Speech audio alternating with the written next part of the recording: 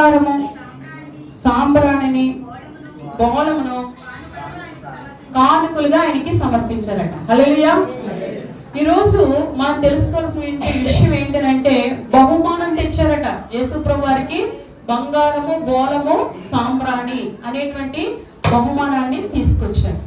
అయితే ఈరోజు యేసు ప్రభు వారు మనకి ఒక బహుమానంగా దేవుడు మనకి అతన్ని ఇచ్చి ఉన్నారు. ఎవరిని ఇచ్చి ఉన్నారు? తండ్రి అయిన దేవుడు యేసు ప్రభు వారిని ఎలా ఇచ్చి ఉన్నారట? బహుమానంగా మనకి ఇచ్చారు.